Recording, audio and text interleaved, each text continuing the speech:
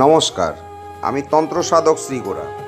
যে সমস্ত মানুষ সমস্ত কার্যে বাধা পাচ্ছেন তারা এই উপায়টি বিশ্বাস ও ভক্তি সহকারে শনিবার দিন করুন। আপনি 5টি গোলমরিচ নিন, কালো গোলমরিচ, এবং একটি ছোট্ট কালো কাপড়।